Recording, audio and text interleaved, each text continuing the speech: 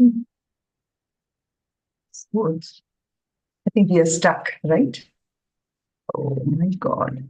Yes.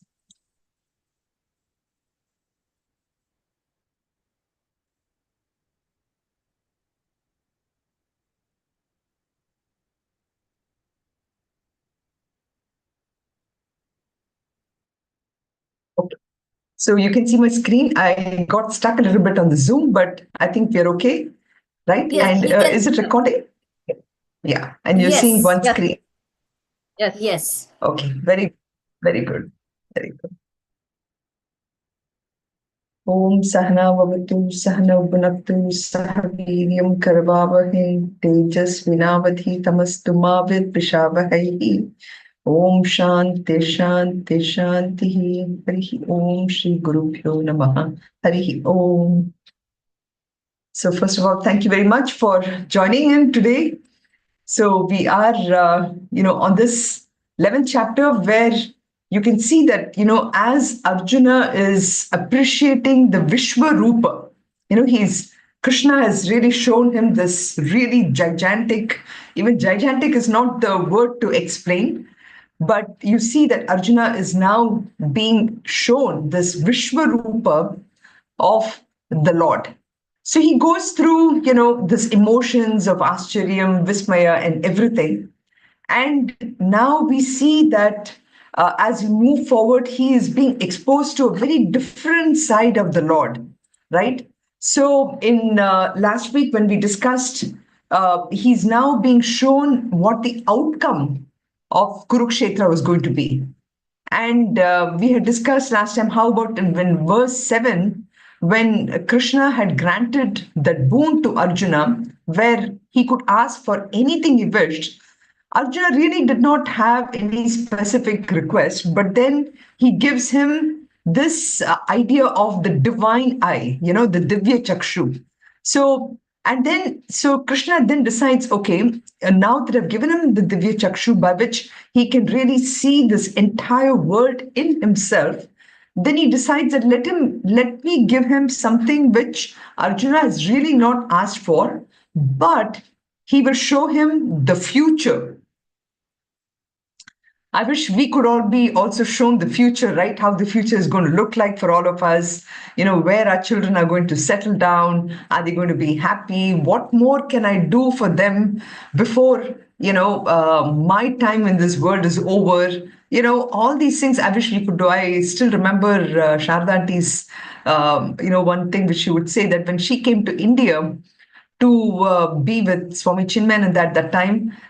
She had cooked for like almost, I don't know, more than 2 months of food, and she stored in the fridge.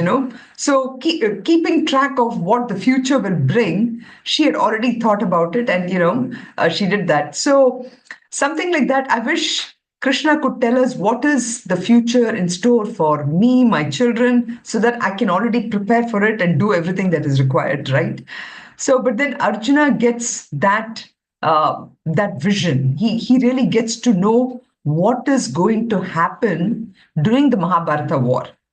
As you know, I mean, Arjuna was really worried about so many different things, and Krishna feels that, okay, let me give him a little more than he asked. Let me give him that ability to see what the future, by which at least Arjuna's mind and thoughts will be now in a kind of a state of calmness, and he can focus on the bigger picture, on really who Krishna is, right? So with that, last time we saw the shlokas 26, 27, where he says, Amihi cha tvam dhritarashtrasya putraha sarve sahaivava nipal sangaihi bhishma drona sutaputra statasau sahasma diyorapi yodham mukyahi. So he tells him, so you see what is going to happen to the Kauravas. So when we think about Kauravas, of course, he knows that Arjuna's mind is really not, on all those cousins who really, he had a lot of difficulties with playing and all that and everything. But he was more concerned about his teachers. So therefore, Krishna here talks about how Bhishma, Drona, as well as Karna, and all of them, the more important people, what really happens to all of them. So we saw this, and basically he sees about how all these people are being affected by the war itself. So, Amihi Chitwam into this, the Dhritarashtra Putraha, and all of them, what is really going to happen is shown in 27. And in 27, you see, the scene is really kind of something which is unbelievable, something very difficult to take. But then the Lord somehow, gives a hope to Arjuna about what is going to happen. So he says, Bhaktrani che varamana vishanti dramshra karalani bhayanakani kechid vilagna dashanantareshu sandrishyante churnite rutamangahi. So he basically talks about how that destruction is happening, by explaining, really with this fact that they're going to be really crushed. I think about some of our caterpillars, right? When I think caterpillar means not the worm caterpillar, but this big machines. I mean, I still remember when I was in Novi, two of my huge trees, they fell, and we had to call this machine to grind it. I mean, it was amazing. It didn't take any time to take these huge trees and just crush them into this fine powder. So something like that. Here, drishyante churnite uttamangaihi, so Arjuna is now exposed to this sort of this horrifying scene from the future state of Mahabharata war. He sees all these warriors rushing to enter into this numerous mouths of Ishvara's cosmic form, and he also sees Ishvara actually devouring, he's like eating away with, and the gory thing he shows about how this skin and everything is actually still sticking out of the mouth of the between the gaps of the teeth and everything, so this just to kind of show that sometimes we live in a world of everything, like this Disney world. When we go to the Disney world, we have this beautiful music going on and everything is perfectly in harmony with each other, and we are so much fed into that kind of a system of looking at the world as everything being perfect, right? So sometimes I think that is probably why I'm not trying to be judgmental or anything, but sometimes you have to come to India to experience the chaos of traffic. We are too used to being in, I don't know, the other day I was trying to remember the highways which are there in Michigan, you know, everything is going so perfectly in all the four lanes, following the speed limit of 70 miles an hour and everything. And then you come here, especially Kerala, which with its winding roads, and still this one single lane, there are three different things going. You have this huge bus, you have this car, you have this bikes, all of them trying to fight for the space. So sometimes you have to experience all this and you have to be able to say, this is also the world. So something like that is what I see when you look at these shlokas. Krishna is really exposing us to accept the world as is, and maybe that is probably why we go to the movies, I guess. Some of the gory movies is only because you want to tell yourself that the world is of different shapes, right? Different shapes, sizes, different situations. So all that. So that's why he says, he goes into really details about this. Then in shloka number 28, he actually talks more about some beautiful similes, trying to tell us that these hordes of warriors that are really entering into Ishvara's mouth, you can actually compare them to how the water is rushing into the ocean, So in some ways, if you remember in third chapter, I think, Krishna describes this whole water cycle. What happens to this water when it originates from the ocean? it evaporates into the sky, and then from there it falls as rain into this water body. Eventually, it finds its way into the flowing river, right? I don't know whether you remember that whole Akashat Patitam Toyam Sagarat, Gachati, it goes into that, it looks towards finally merging itself into the ocean itself, right? So that's the idea which in 28 you see Krishna is bringing that simile just to remind us that, sometimes we tend to look at ourselves, as housewives, as mothers, as fathers, and everyone. And but at different points of our life, we go through different roles. But ultimately, we need to question ourselves, who am I?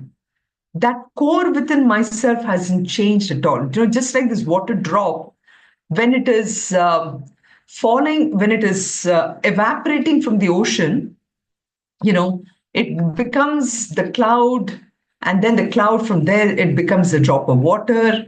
And the drop of water, when it goes part of a river or a pond or anything, it takes the identity based on where it is, whatever situation it is in. So too, Arjuna is just being reminded about this aspect, and that is what he says, the simile yatha nadinam Bhavom Buvegaha Samudramevabi Mukha Dravanti Yatha Tavami Naraloka Viraha Vishanti Tava Bhaktranya Abhijwalanti. So, just like the rivers with the torrents of water, it is moving towards the sea.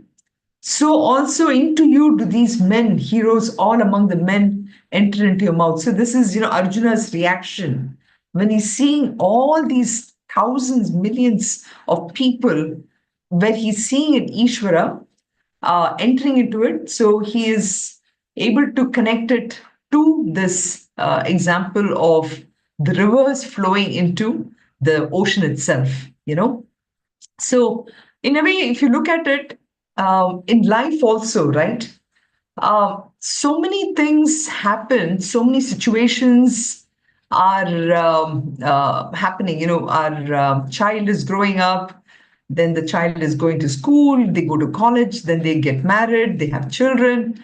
All these are situations which are being sort of happening in the midst of time, correct? So, in the bed of time, these situations are all happening.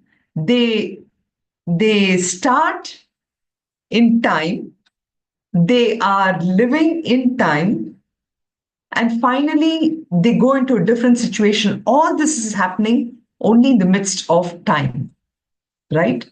Punarapi Maranam, Punarapi Janani, Punarapi Jananam, Punarapi Maranam. All this is happening.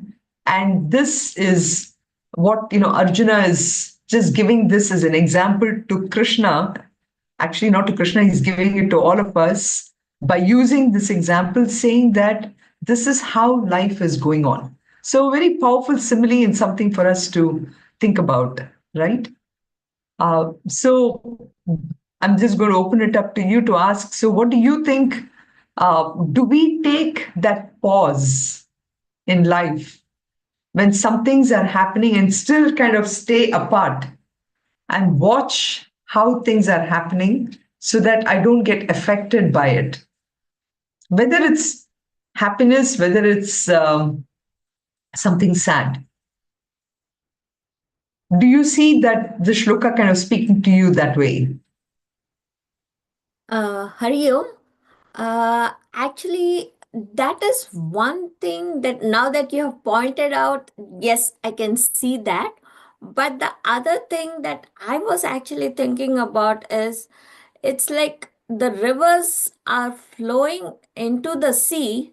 We do our duties, whichever stage in life we are at. We do our duties to the best of our abilities, and they are all heading towards the same direction, that is either you whatever that stage is, Hopefully it's Oh, moksha. correct. We are hoping for moksha, which is the sea. We are hoping this is the river. Sometimes those rivers, they take a lot of bends, the tributaries forms, and all of that happen. It takes a very winding road to go to the sea. Hopefully we are not winding so much, but we are taking a little straight up path towards the sea, and our sea over here is the Lord. I was thinking on that Right. lines, and It is. that is where this heroes, that is where that comes in. It is like these warriors who are soldiers, even in today's world, the doctors, the nurses, the firefighters, and the army, navy, these people who risk their life to save someone else, they are the heroes, they are the warriors. These people, they have put on these they take up these jobs, or this aspect of life, and they go into this difficult situation, and with this, and they say, this is my dharma, I will do this to the best of my ability. You go into a fire, that is a fire you're going into to save someone. How much courage does that human being needs to be able to go into a fire and to save someone, to go into a war when you know that the bullet from the opponent will finish you. That's fine, my bullet is going to kill someone else, but someone else's will kill me. In spite of knowing that truth, they say that this is the dharma, this is the path that I picked up, so I'm going to follow my dharma. That's something that Right. Right. is Yeah. So amazing. that aspect, and I like the way you connected it to moksha, which is what that river example is showing, right? Ultimately, everyone is following only one direction, and that is towards being part of losing their finite self to become part of an infinite, which is what this reverse is showing. And so too connecting it to the heroes, where they are here. Of course, the example is about those heroes who are jumping into a battle knowing that they may or may not survive, right? um, yeah, it's very powerful, the example and the connection of to moksha. Ultimately, even these people are just so dharma itself, doing dharma is moksha, correct? You can equate that way also. Doing your duty is being true to your own self. And what do we mean by being true to your own self? Basically, being true to your ultimate final nature, which is that Brahman, that Narayana. That is my ultimate true self, and being true to it, we are all moving ahead in our own duty, whether it is as you said, mothers, doing the duty and the responsibility. When I'm doing a duty and responsibility to the best of my ability, I am doing my dharma, and that dharma itself is my moksha, right? So there are so many thoughts which are kind of couched in this one shloka. If we don't think and connect it that way, we might be just saying, oh, okay, Arjuna is saying, oh, just like rivers are going. It's me just like watching a movie or something. I go to a movie, I don't really, it's entertainment for my mind or something. But here it's much, much more than that, but that connection. So this is, I'm glad, Suvarna, you brought all those points, moksha, dharma, connecting it to people who are doing the duty without a thought on what's going to happen to them. Hari That's Om. the idea of the responsibilities which we are doing too. We need to forget ourselves. A mother forgets herself in the embrace of a child. You know, she does everything for the child, thinking, not thinking anything at all. So, yeah, Anand, you wanted to say something? Hari Om. Yeah, it reminds, the Mano Seva is the Madho Seva. like we Mm-hmm. do our duty, and then again it's serving God. And Correct. also, yeah, also the basing on the sloka, it's a natural process that rivers go into the ocean. They won't go anywhere else. That's a natural process. So Yes. that's another reminder. And the one more thing is like a Satchit Ananda. The ocean remains calm, quiet, even though many rivers are coming from many directions, and coming to it. And that's another reminder too. Correct. Yes, that is true too. That is so we are all in a sense we are all moving in one direction, right? Right. We don't realize it, but if we do realize it, it makes our journey even more meaningful, right? Yeah. So yeah. So so in that shloka, we see that ultimately the rivers and everyone, they're flowing into the ocean to indicate the ultimate dissolution of really, if you want to think about it as all the nama rupa, all these rivers, or even the heroes who are getting into battle, all they're essentially losing completely who they are. They're not saying, oh, I'm fighting this war, I'm going to get this medal and all that. They are ultimately have dissolved themselves in the dharma of the war, and they're becoming part of it. So too the rivers are moving into Ishvara, they've lost the Nama Rupa part of it. So some may, basically say that, this, uh, it's great that Arjuna is giving this example. Ultimately, anyway, the water is inert and everything. And water doesn't have any life and everything. That's great that he's giving that example.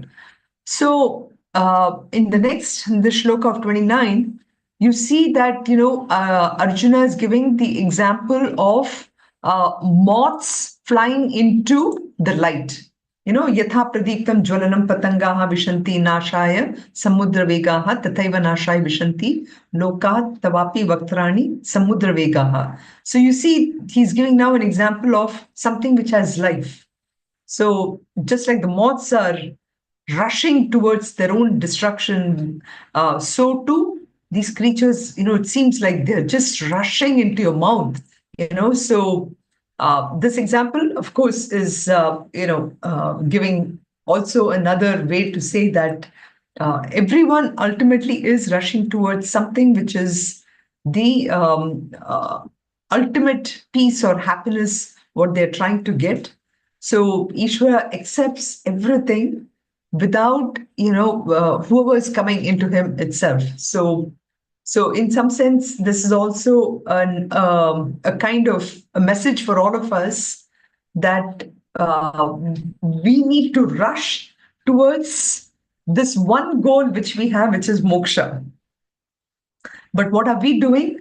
We are getting distracted by so many different things, and we are not really ready to rush. So when he says they rush with speed, if we are truly convinced about what our ultimate goal is, why are we not rushing towards it? Why are we not going with great speed? So something to think about. And why are we allowing ourselves to be distracted, I guess, So now moving in, yeah, go ahead, Suvarna. I have a You are, question. yeah. Yeah.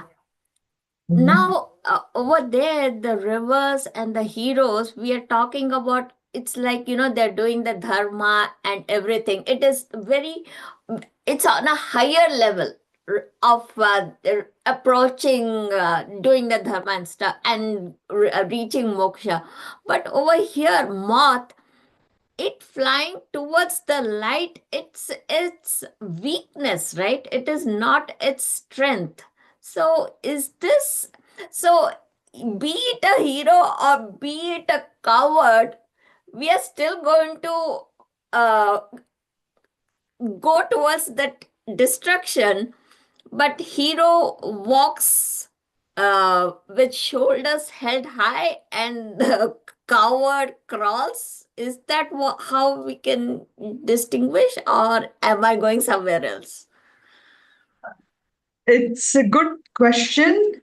Um, what I think the shloka ultimately is trying to say is that no matter what, we all are moving towards um, a certain state which gives me the ultimate happiness. Now, in the case of moths, like you said, it's a weakness. They don't know what they're doing. So this is just a kind of an simile in some sense. He's using it. So we cannot take it too deep and say that, oh, are the moths truly undergoing the destruction knowingly? Not really. They don't know it. Moths don't have that ability to think intellectually and logically that, oh, it's eh, in many ways I'm looking at this as human beings too. We For people who, when you mention about the weakness part of it, people who have a lot of weakness for, say, drugs or alcohol or anything, they also rush to the bar or whatever in the evening time or whatever without even thinking that this is going to destroy them. So in that sense, this moth is an example to show that sometimes we also tend to do things in a different way. But then Arjuna is also mentioning about the heroes of war who actually know. So in both ways, people are doing sometimes mechanically, tamasically, or sattvic. You can look at those two things that is also being brought out here. You know, Thank you. you're welcome. You're welcome. I'm glad you asked the question because uh, we have to understand the simile for its right way. Yeah. So this next shloka, which is coming up, might again seem a little bit like just that example where you showed about the skin and all sticking out between the teeth and everything here. So here in the next one, Ishwar is trying to show that nothing really goes to waste. Like when we're eating our food, we tend to lick our fingers completely when we really enjoy this wonderful chakkapradaman. Chakkapradaman is this jackfruit payasam which you get here. You don't get it in any other part of India, but Kerala you can, and it's the ultimate of all payasams. So you see out in Shloka 30 how Ishvara is enjoying this. It appears that as if he's enjoying this process of destruction. But actually, he's trying to show that, nothing is really spared, nothing really goes to waste. Everything and everything ultimately gets cleanly destroyed, you know. So we might basically ask, isn't it cruel to derive any pleasure out of destruction? You know, but we need to think about it that from a relative standpoint, yes, it may be cruel to look at something where there appears to be some enjoyment from destruction, but not from an absolute standpoint, from Ishvara's standpoint, which is, encompasses everything. We have to recognize that sometimes things have to be destroyed in order to give way to new things. For example, if we don't have like our own bodies and everything dying, how are we going to give jobs for the next group of people, right? So why do we have all this retirement, and why this one? Is it very cruel to say that, oh, this person is performing and everything, now we're going to say, guess what, you're 60, now you don't have a job or anything like that, right? So if we don't go through this process of creation, sustenance, and constructive recycling, there is no way we can actually create something new. So destruction is actually, if you look at it, is really part of our life. It is, we have to allow people to stay, enjoy, and then finally allow them to go. We always look as death as something very, very sad and we are unable to bear with it. But if we accept it, it really will make our own lives better, because then we'll be able to enjoy every moment, right? So in some sense, I think that's what the shloka 30th is talking about is, it looks like, Arjuna is saying, Krishna, you seem to be enjoying this. Look at how you're licking. Leli yase grasamana samantat lokan samagran vadanat jwalad bihi tejo bi apuri jagat samagram bhasas tasya vograha pratapanti Vishnu. So here he's trying to say that you seem to be relishing all these things, but look at you, you're filling up with heat the whole world, and Vishnu, oh Vishnu, your rays are really scorching. So basically, the Lord is depicted as, as sweating, producing an intense heat from his body while devouring the spicy meal. So Vyasa is literally, letting out his imagination and showing this process of destruction itself. So then finally, what we did last time, I'm sorry, I'm almost summarizing only what I did last time, but I really had this beautiful shlokas. We'll try. And if you don't mind, we can just take about 5 or 10 minutes more, because I know it's already, 9:30 for you, right? Again, I can't believe how I made this mistake with the timings. So, it finally, this is the last shloka in how Arjuna finishes his narration. Since Krishna has not yet listened to him, he asks him a question with the hope of gaining that attention. So it's a very significant, it's as part of this thought flow, very important, because after seeing the destruction of the Kauravas and also this great Bhishma and his Acharya, Arjuna is kind of wondering, where are you going with all this, Krishna? He's kind of very perplexed. And he wants to know, what is really, why are you doing this? What is your purpose for all this, for which Krishna has taken birth? So far, Arjuna has experienced one, uh, he knows Krishna so well, but he is not being thoroughly ready for what Krishna is giving him all this here, right? So that's probably why he finishes his last shloka with saying, Akya hi me ko bhavan ugra rupaha namosute devavara prasida vignatum ichhami bhavantya madhyam nahi prajanami tava pravrittim. So he's basically asking some very, very fundamental questions. Oh, Krishna, who are you? Are you really that beautiful Krishna with a beautiful smile on his face, with his flute and everything? But here you're showing me this Ugra Rupa, this terrible thing here. So, Kaha Bhavan, tell me, who are you really? I really, really want to know about this. And, Bhavanta Madhyam Vijanu Michhami. I really want to know who is the cause of this universe. All this, please tell me what your purpose is. So that's the thing which we stopped with last time. So coming to this next section, now we see Krishna really answering Arjuna's question, and he starts off with, because obviously he has to first, there's a burning question in Arjuna. Tell me really what why are you doing this? So Krishna's, like after this really long wait, he's been so patient, and where he is, after revealing himself and showing him that his mission of destroying the universe and all this one.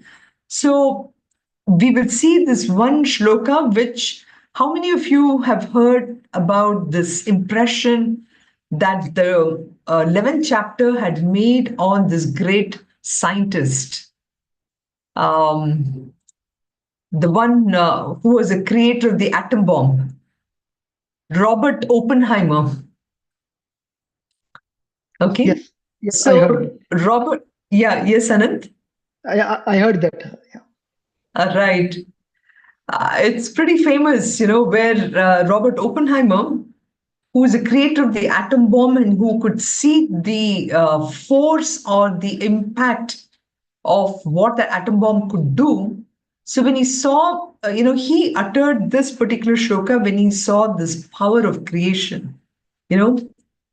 So that's the idea of, our what you see in the shloka number 32, which is coming up. Shri Bhagavan Uvacha Kalosmi Lokakshayakritta Pravrittaha Lokan Lokan Samahritum Tava Pravrittaha Rittopi Tvam Na Bhavishyanti Sarve Yeva Stitha Pratyanikeshu Yodhaha. So he as always, you see this Krishna style. He doesn't stop to explain a lot of things or whatever. He just goes directly into Arjuna's question. So Arjuna's question were basically two things, right? Who are you? And tell me, what do you do? What is the purpose? What is your function? So he starts off first by answering the first question, Kalaha Asmi. So I am that kalatvam, I am that time. I am ultimately the time which is the integral part of this world which is constantly changing. So that is why this is actually very powerful. I mean, both the shlokas which are coming up, there is so much of tattvam, like when we talk about time, right? In Vedanta, actually, we talk about two planes of reality. Okay. So what do we mean by these two planes of reality? So one is, we talk about this Vyavaharika Satyam. Okay. Vyavaharika Satyam is this world which is constantly changing. We are in Vyavahar. We are in samsar, right? Where things in this bed of time, there are a lot of things that are changing, right? But all these changes cannot happen without one kind of a permanent substratum, right? Without having something permanent, like, for example, even let's take the ocean, okay? Now, ocean, what we are seeing all the time is something which is constantly changing, but that changes can happen only because there is a substratum at the bottom on which the changes are happening. So too, what we call this as reality or satyam, which is of basically at two different planes of existence. One of them is this plane where there is a lot of changes happening, and this other plane where there is absolutely no change at all. So that we call, so one is this Vyavaharik Satyam, the plane in which the time principle is very integral, it is very intrinsic to it. And so that is Vyavaharik Satyam. And then in this Vyavaharik Satyam, we see things which are taking birth and then holding on to, so there is almost, you would say there is an arrival departure kind of thing.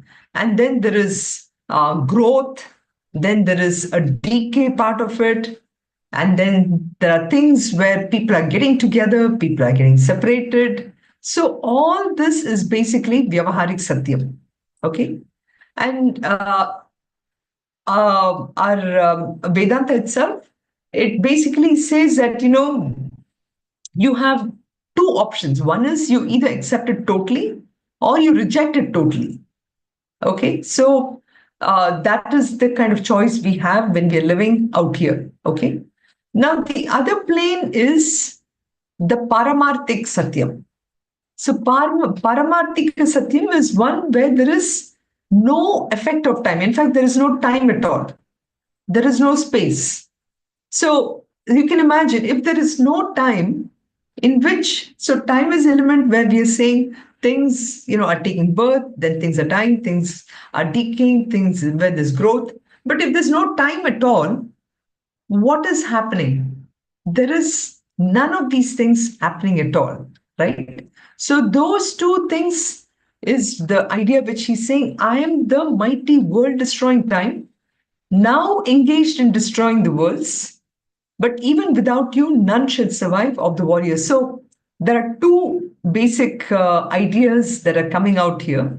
On one hand, he's trying to bring about this aspect of the time itself, but the other aspect is where he is going into explaining. So this shloka is actually really, really deep. Maybe I probably should stop here, mainly because as the time goes later in the night, it'll be hard for you to digest this really deep tattvam which is coming here. So sorry about the change in timing today, but next week for sure we'll take directly the shloka and we'll go kind of deep and analyze it. Okay, so we'll stop here. Sarve bhavantu sukhinah, sarve santu niramayaha, sarve bhadrani pashyantu, ma kasyat dukkha bhag bhavet. Om shanti shanti shanti. Om purnamadav purnamidam purnat purnamudachyate. Purnasya purnamadaya purnameva vashishyate. Om Shanti Shanti Shanti. Harihi Om Shri Gurubhyo Namaha. Harihi Om.